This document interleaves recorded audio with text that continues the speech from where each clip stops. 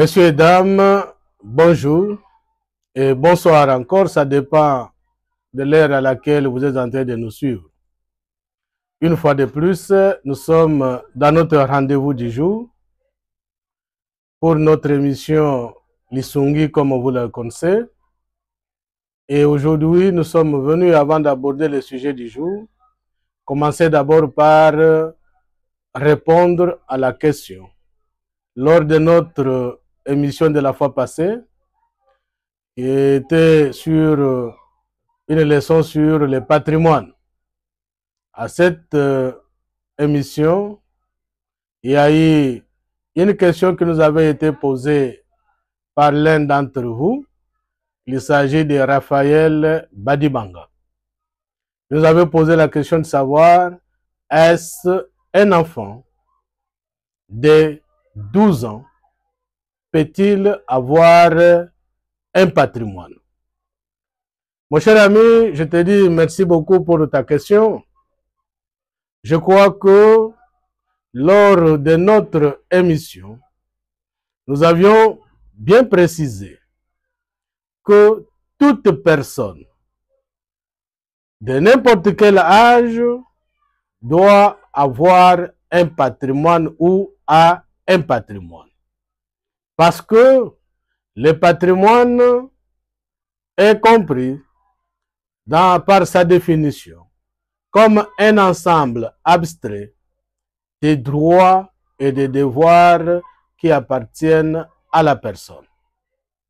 Et non pas seulement ça, nous avons précisé aussi que dès sa naissance, la personne humaine a un patrimoine. Il suffit au moins de naître vivant ainsi que viable. Dès lors qu'on est né vivant et viable, on a droit à avoir un bien ou de disposer de ses biens. C'est ainsi, dans ce patrimoine, nous avons fait la différence entre le patrimoine ainsi que les biens du patrimoine. Le patrimoine, comme l'ensemble que nous venons de dire, obéissait à un caractère. Où ce caractère-là, nous avons dit, il est invisible, il est incessible et qu'il était aussi insaisissable, ainsi de suite. Un mineur, un enfant qui vient de naître, qui a acquis une personnalité juridique à sa naissance, parce qu'il y a des conditions. Il faut naître vivant et viable. Dès lors qu'on est né vivant et viable, on a cette capacité-là. Mais attention, la dite capacité peut buter à une difficulté dans l'exercice. On a la capacité de jouissance, mais on n'a pas la capacité d'exercice. Là aussi, ce sont des notions différentes que nous allons revenir lors de notre prochaine émission. Signifie quoi? Naître vivant, c'est qu'on doit avoir de l'air dans les poumons.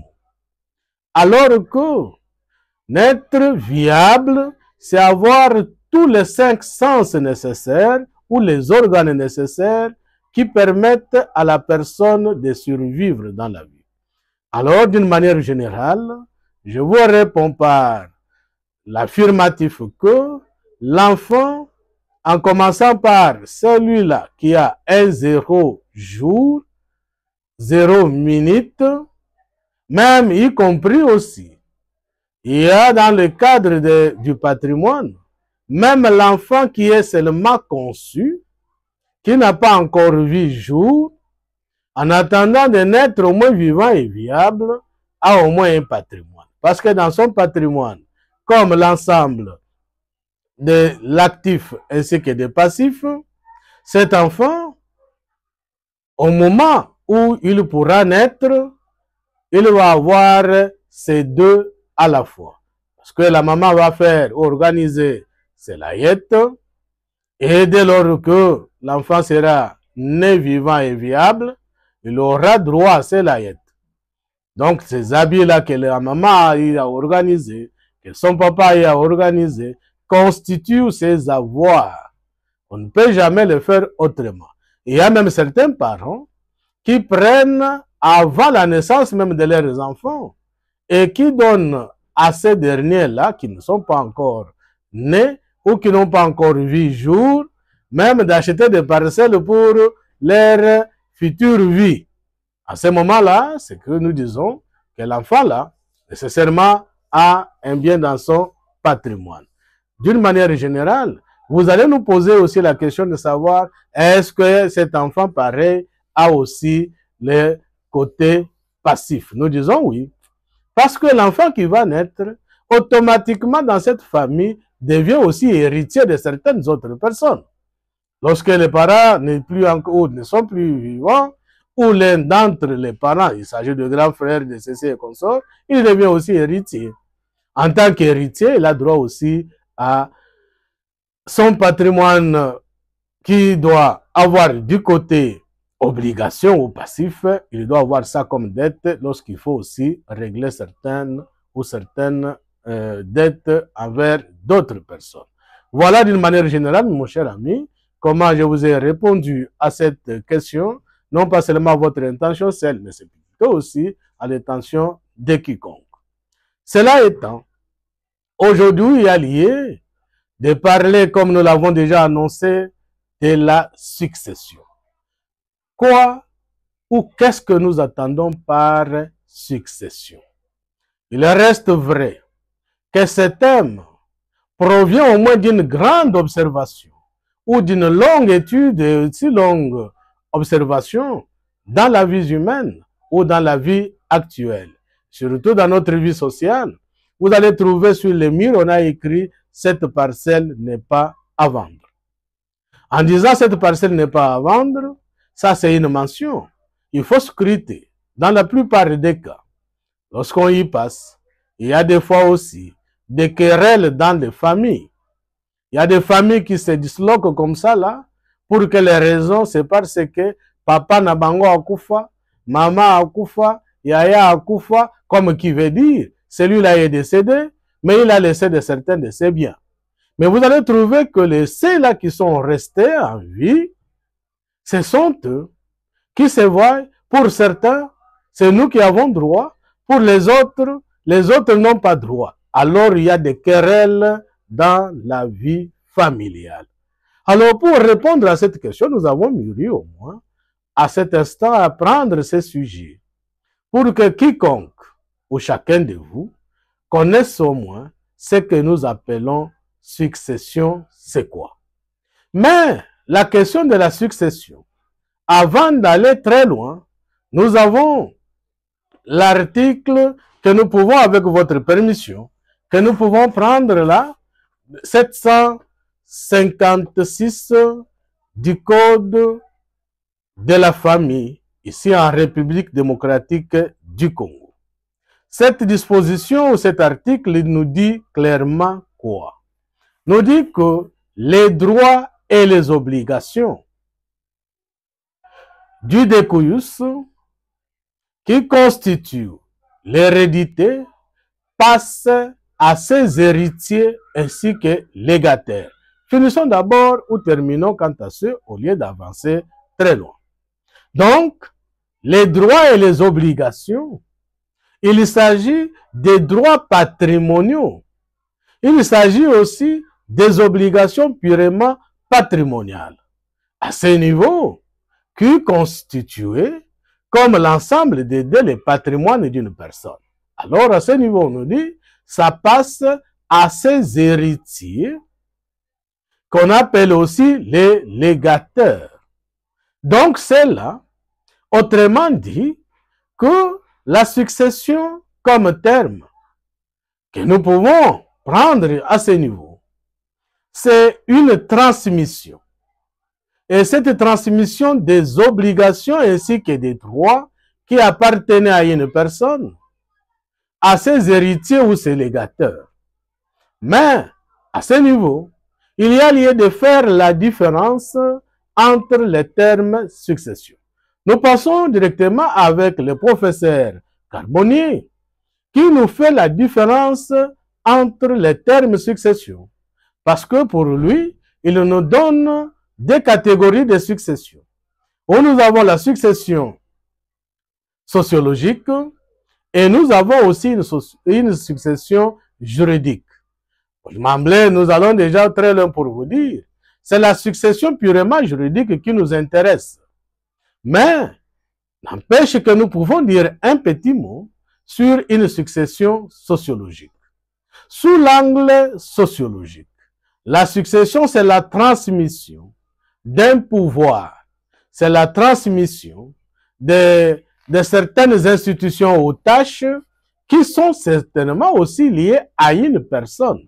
C'est là au moins cette marque-là de la succession a un caractère de titulaire qui accorde aussi à une autre personne, donc le caractère moral, voudrais-je dire. En dehors de cette succession, nous avons une succession qui nous intéresse le plus, comme nous l'avons dit en amont. Il s'agit bel et bien de la succession purement juridique, qui n'est rien d'autre que la transmission des droits et des devoirs d'une personne à ses héritiers ou à ses légataires. Voilà le sens au moins qui nous intéresse, qui parle au moins. Il faut retenir à ce jour qu'il faut que la succession des biens ici, il s'agit des biens du défunt, que nous appelons autrement les découyus.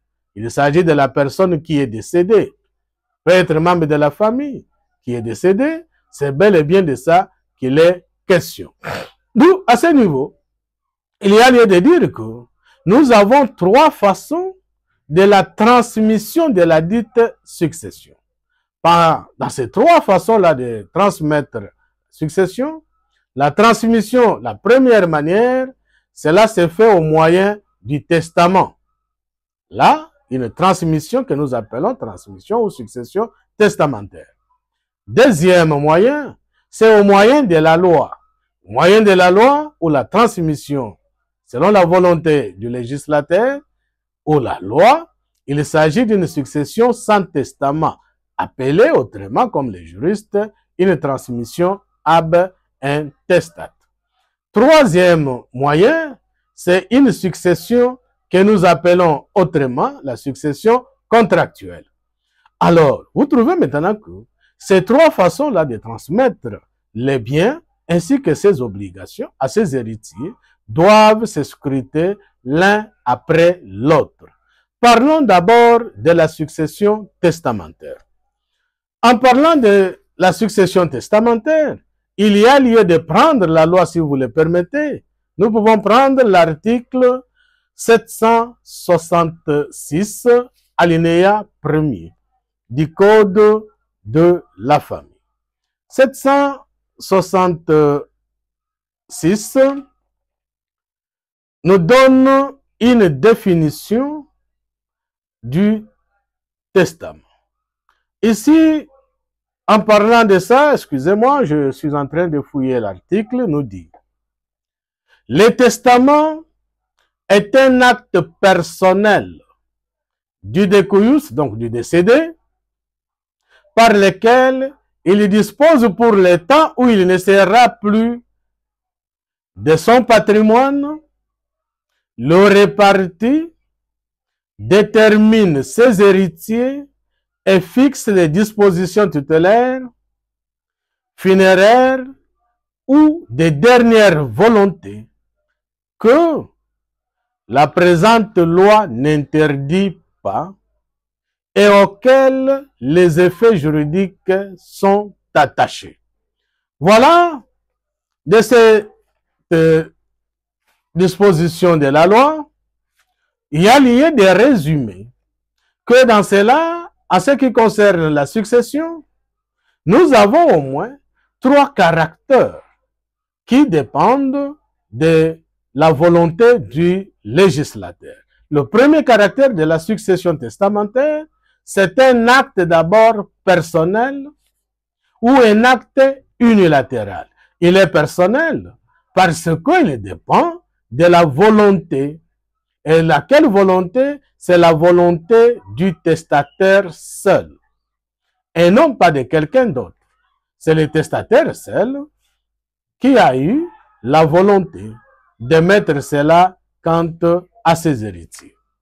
Deuxième caractère du testament, c'est un acte solennel. C'est vrai que c'est un acte solennel, c'est pour dire que le testament doit être écrit dans les formes qui sont prescrites par la loi. Il s'agit bel et bien de la forme ainsi que les fonds. Ce que la loi permet, c'est ce qui doit avoir lieu. En ce moment-là, pour votre mémoire, il y a lieu de lire l'article 766, alinéa 2 et 3. Si vous avez accepté, nous pouvons lire cette disposition. 766, alinéa 2 du Code de la famille en République démocratique du Congo nous dit ce qui suit. Le testament peut être fait sous forme authentique, holographe ou orale, à l'article des morts. Alors, à ce niveau, troisième alinéa renchérit pour dire toute autre forme de testament est nulle. Donc ici, c'est pour dire que le testament peut être oral ou holographe autrement. Il peut être aussi authentique. Là, ce n'est pas mauvais, c'est la loi seule, c'est le législateur qui l'en a ainsi jugé. Excusez-nous. Il faut parler encore du troisième caractère du testament. Le testament est aussi révocable. Il est révocable jusqu'au décès du testateur. Parce que c'est un acte qui est purement personnel, de la volonté individuelle du testateur, qui voudrait léguer ses biens à ses héritiers ainsi que légataires. Mais ce testament lui reste lié. Tant que cette personne n'est pas encore décédée, il est lié ou elle est liée à ce niveau, à son testament, à sa volonté. Cela voudrait dire que la même personne peut révoquer son testament pour dire « je refuse celui-ci » ou soit l'une des dispositions du testament. Ça, vous allez, pour plus de précision, en trouver à l'article 774 du Code de la famille en République démocratique du Congo. Là, on nous dit comment est-ce qu'il peut révoquer parce que ça lui est collé jusqu'à son décès. Et en plus de ça, nous avons quatrième catégorie de testament. Alors, à ce moment-là où le caractère, bien sûr, je voudrais parler du caractère du testament. Le testament contient aussi des legs et certaines dispositions qui concernent le tutelle des enfants qui sont encore mineurs et non pas celui qui est déjà majeur, bien qu'il habite avec ses parents, pour dire que non, moi, donc on a vendu là, non, pas parents, et puis, il fallait pas balobela pour nangai, n'engi nazo vanda. Donc cela veut dire qu'on parle aussi pour moi, comment le papa ou la maman m'a oublié, les grands frères ou ceci ou cela. Alors voilà, c'est pour cette raison, nous disons, il s'agit bel et bien d'un des enfants du Découyus. Ce n'est pas les enfants d'un frère ou de quelqu'un d'autre, mais plutôt les enfants du Découyus. Les Découyus ici, je vous ai rappelé, où je reviens à tout moment pour dire, il s'agit de la personne qui est décédée. Et cette personne décédée peut être la maman, peut être le papa, tout dépend aussi de son temps comme tel. Et à cela, vous allez, pour plus de précision, en trouver à l'article 776 ou 76 dans le français un peu facile, y compris aussi à l'article 777 du Code de la famille. Cinquième caractère, il s'agit, c'est un testament, et lequel testament est un acte à cause du décès ou de la mort. Il s'agit bel et bien du décès du Découyus ou de la personne appelée testateur. Là, vous allez trouver que l'article 756 qui nous a donné la définition réelle du testament, parce que c'est un acte à cause de la mort. À cause de mort, cela veut dire que le testataire ne doit plus être en vie pour que le testament entre en action ou soit exécuté. En dehors de cela, il y a lieu, messieurs et dames, de voir ce que nous appelons les formes du testament. Bien que nous parlons de testament, mais ce dernier aussi doit respecter certaines conditions. Et nous résumons ici dans le cadre des formes. Il y a lieu de retenir la première des formes. Nous avons le testament authentique. S'il y a lieu de lire votre ou l'article 767, alinéa 1er du Code de la famille. Et c'est en République démocratique du Congo, avec votre permission, nous faisons ces récits. Le testament authentique est celui établi par les testataires, soit devant les notaires, soit devant l'officier de l'état civil, de son domicile ou de sa résidence. Point. Donc ici, il faut savoir que le testament qu'on appelle authentique est celui-là qui est rédigé par le testataire lui-même. Et c'est devant les notaires. Et si ce n'est pas devant les notaires, il doit l'établir devant l'officier de l'état civil de son domicile ou à défaut de sa résidence. Parce qu'il y a une différence entre domicile et résidence. Nous allons y revenir dans nos prochaines émissions. Et à ce niveau-là, c'est que ce testament doit obéir à certaines conditions. Lesquelles des conditions, au regard des dispositions que nous venons de lire, de l'article 767, nous donne la possibilité de scruter certaines conditions comme ci-dessous. Que c'est 700, je disais 767, alinéa 1er. Un testament authentique est établi devant l'officier de l'état civil. Celui-ci garde dans ses archives un des originaux et inscrit en outre dans le registre spécial des testaments.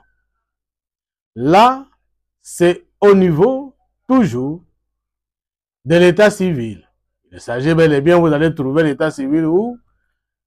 À la commune, de la résidence ou à la commune de sa résidence, ou plutôt du domicile. C'est là qu'on peut en trouver. Mais ce testament doit obéir aussi à certaines conditions. C'est que il doit y avoir les témoins. Les témoins, généralement, à ce niveau-là, qu'on prend, ce sont les agents qui sont commis à cette tâche. Parce que on ne peut pas, l'officier de l'état civil, tout comme les notaires, ne peut pas, seul, avec la personne du testataire, signer seulement un contrat, ou plutôt un testament, excusez-moi, sans que cela ne soit approuvé par des témoins. Ça, c'est un fait. Et de deux aussi, ce testament doit répondre à certaines conditions. Parmi les conditions, on a parlé déjà des témoins, doit être signé par les testataires, y compris aussi l'officier attitré. L'officier attitré, il s'agissait de notaires, Il s'agissait aussi de l'officier de l'état civil qui doivent le faire. Et lorsqu'on rédige un testament pareil, il faut éviter des blancs. Les blancs, cela veut dire les interlignes. Entre une phrase ainsi que d'autres, ou la phrase, ou les phrases, s'il faut bien le dire, qu'il n'y ait pas trop d'écart. Parce qu'au motif que quelqu'un d'autre, animé de mauvaise foi, ne puisse y glisser quelque chose d'autre qui n'a pas été la volonté du testataire lui-même. Cela aussi pose problème. C'est pourquoi on exige qu'en écrivant, il y a certaines formes qu'il faut respecter. Le testament doit être daté, effectivement. Alors la date, cela veut dire la date de la rédaction. Les jours que le testataire a souhaité établir un testament, et c'est les jours-là qui doit être mentionné.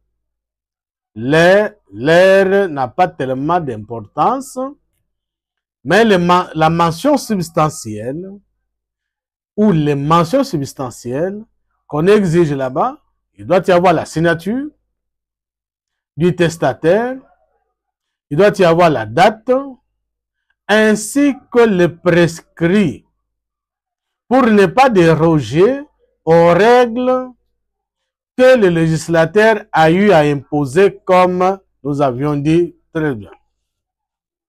Excusez-moi.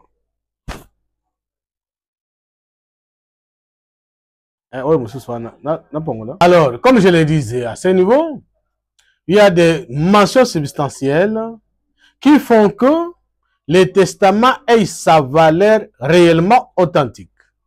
On a parlé de la signature. La signature doit être réellement la signature du testataire seul. Mais attention, vous risquerez de nous dire il y a d'autres personnes qui ne savent pas signer. Que faut-il faire? C'est comme on définit la signature comme étant des écrits, manuscrits, identificateurs à son auteur. Ça c'est vrai comme signature. Mais il y a d'autres personnes qui ne savent pas signer. À ce niveau, messieurs et dames, ça ne sert à rien d'aller très loin. L'empreinte digitale remplace cette fois-ci la signature parce qu'il y a une autorité attitrée, un officier, un fonctionnaire de l'État qui est mis dans cet aspect qui authentifie ou qui certifie cette empreinte digitale. Deuxième forme de testament, nous avons le testament appelé holographe, ou en d'autres termes, c'est un testament qu'on peut aller aussi oral, que vous allez trouver aux articles ou à l'article 768, que nous pouvons au moins aussi lire sans difficulté. Le testament holographe est celui qui est écrit en entier, daté et signé de la main du testateur. Donc, cet testament est écrit, daté et signé par le testateur seul.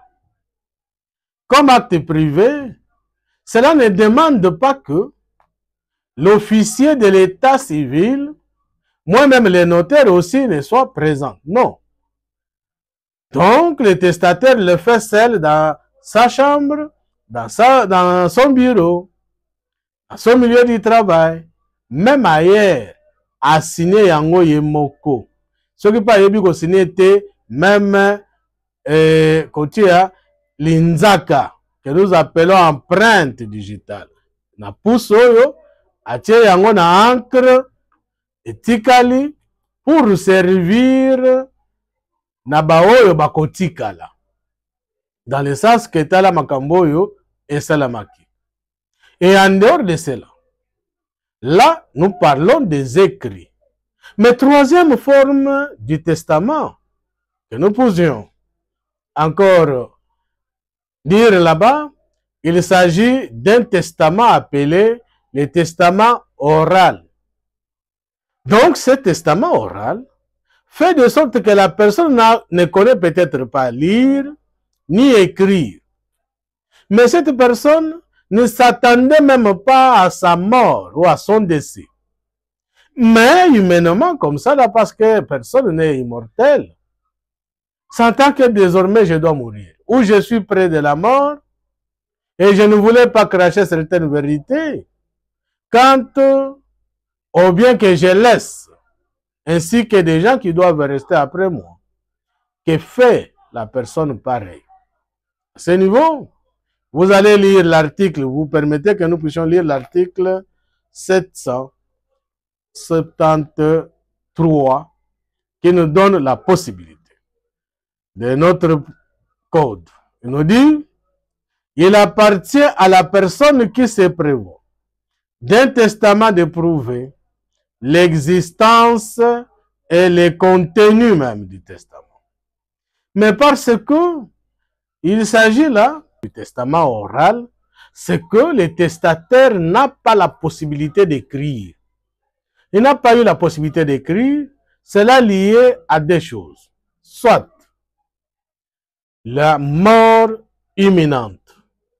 La personne n'a pas eu la possibilité de faire des écrits, ou à défaut, c'est la personne qui ne sait pas écrire. Oyebi kokomate, ou bien liwa yango ane komi koya. Muto abengi batu, yaka, yo kingane yaka, ya kingane yaka.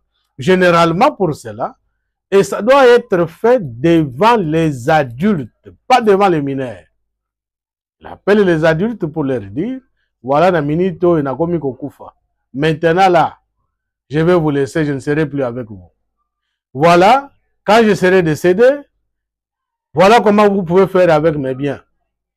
Il s'agit de ça, vous donnez à ça, celui-là, vous donnez à celui-là, l'autre, et il termine. Quand il termine, est-ce que Boyoki, Bolandi, Toyoki, Tolandi. En d'autres termes, vous avez compris. Restez faire ce que je vous ai dit. Et après tout, la personne décède. Là, c'est la succession orale, et plutôt le testament oral, dans le cadre de la succession testamentaire. En dehors de ça, parce que nous avons parlé de 3 catégories de succession, voyons la deuxième catégorie de la succession. C'est une succession légale. Autrement dit, une succession ab intestate ou une succession sans testament. La succession sans testament, vous allez la trouver à l'article 758 du Code de la famille, qui nous parle de la succession ab intestate. Cela veut dire la succession sans testament. Avec votre permission, je voudrais faire ces récits. Les enfants du découillou sont nés dans le mariage et c'est né hors mariage, mais affiliés de son vivant, ainsi que les enfants adoptifs, forment la première catégorie des héritiers de la succession.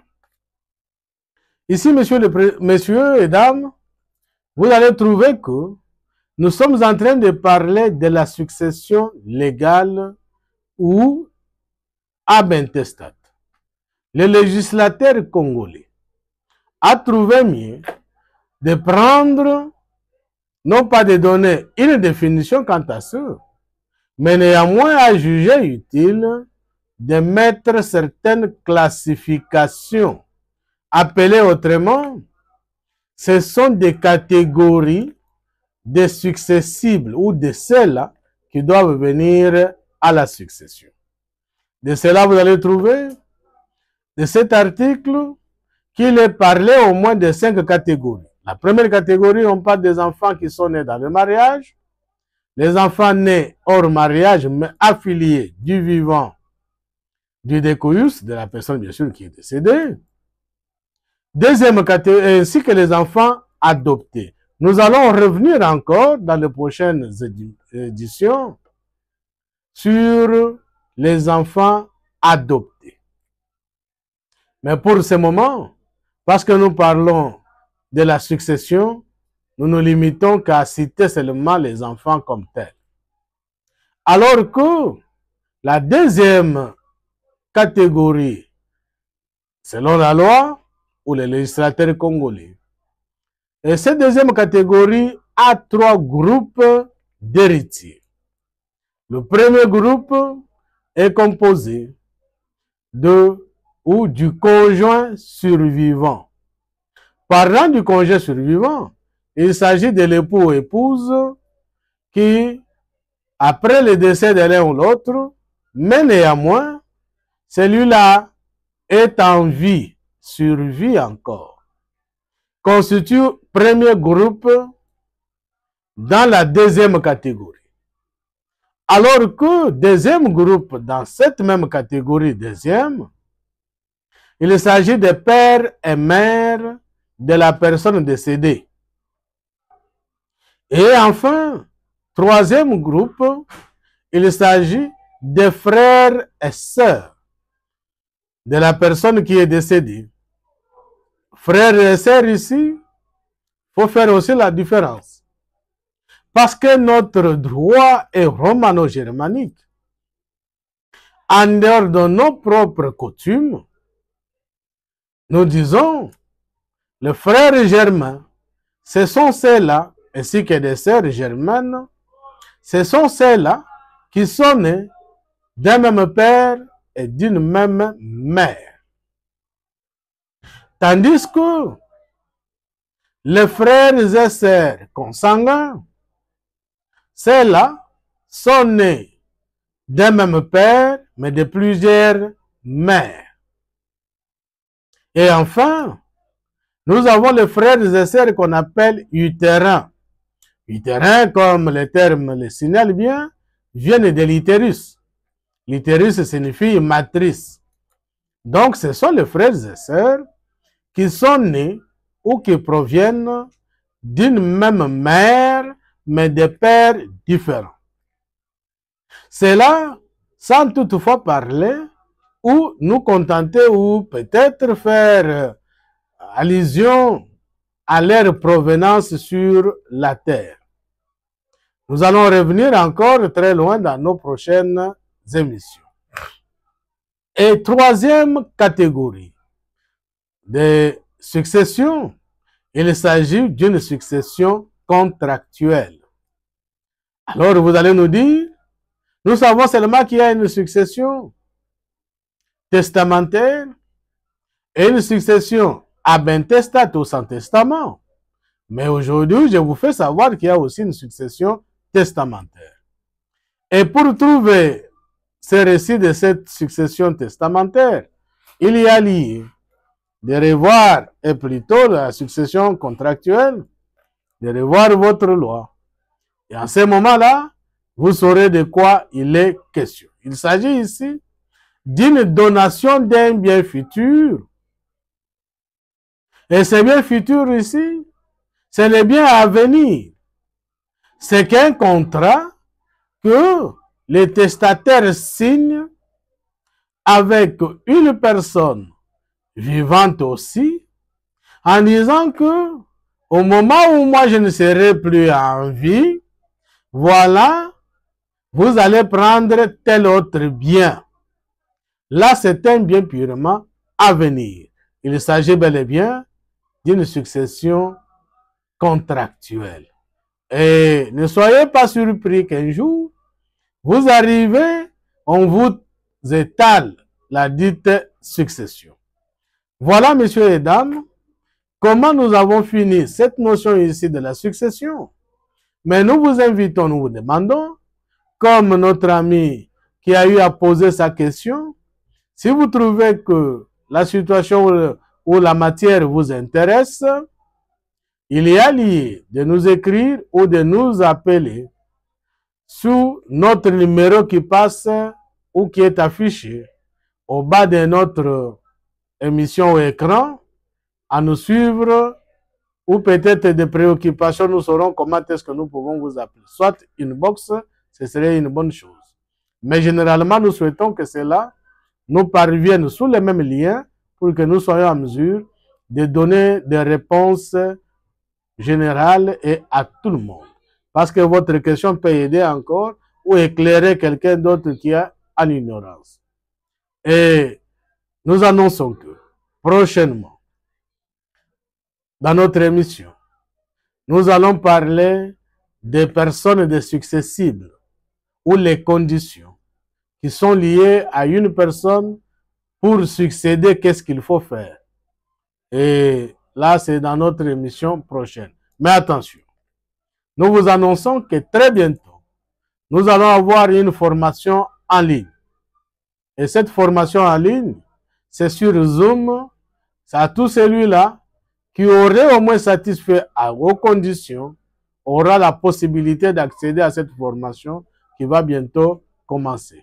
Et nous allons vous annoncer, nous vous demandons de vous abonner, de partager ces liens, d'aimer et aussi de faire tout ce que vous avez toujours l'habitude de faire avec les amis et nous vous serons toujours reconnaissants et c'est surtout pour votre formation et votre information. Ok, nous voici arrivés à la fin de notre émission.